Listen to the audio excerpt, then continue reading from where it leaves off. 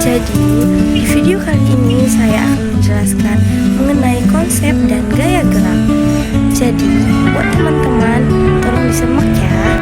Mari kita ulas bersama-sama. Apa sih itu gaya gerak?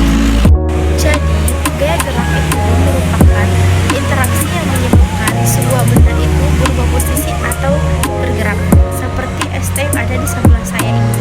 Apabila kita pindahkan ke sini, positif ST-nya berpindah tempat.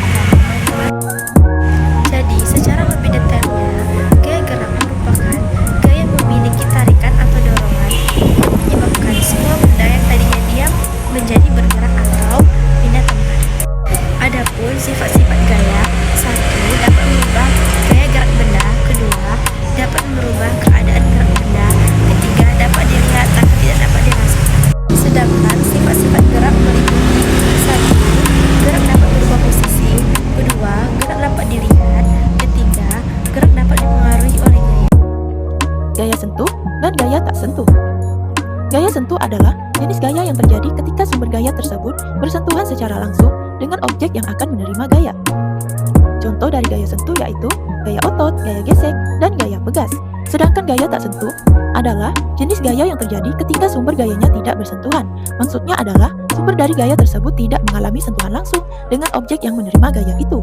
Contoh dari gaya tak sentuh yaitu gaya gravitasi, gaya magnet, dan gaya listrik. Berikut adalah penjelasan tentang macam-macam gaya dan contohnya dalam kehidupan sehari-hari. Yang pertama ada gaya otot.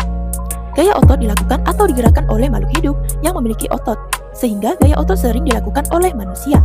Setiap gerakan yang kita lakukan, sebagian besar menggunakan gaya otot.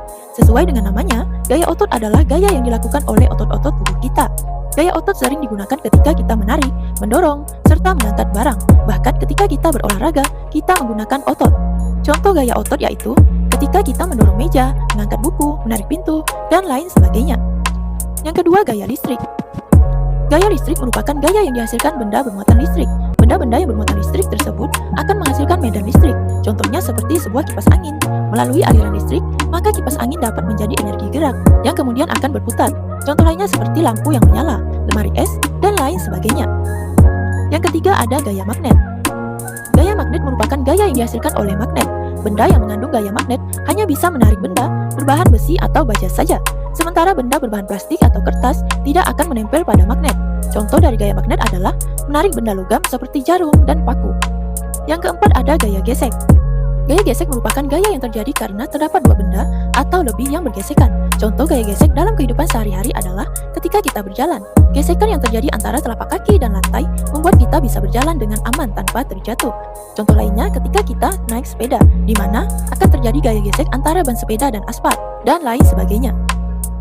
Yang kelima ada gaya gravitasi. Gaya gravitasi sering juga disebut dengan gaya tarik bumi. Gaya gravitasi merupakan gaya bumi yang menarik benda ke bawah. Gaya inilah yang menyebabkan semua benda di bumi akan selalu jatuh ke bawah. Contoh gaya gravitasi dalam kehidupan sehari-hari yaitu ketika melempar koin ke atas, maka koin akan jatuh ke bawah. Nah, jatuhnya koin ini dikarenakan adanya gaya tarik bumi atau gravitasi. Contoh lain dari gaya gravitasi adalah buah yang jatuh dari pohon ketika sudah matang.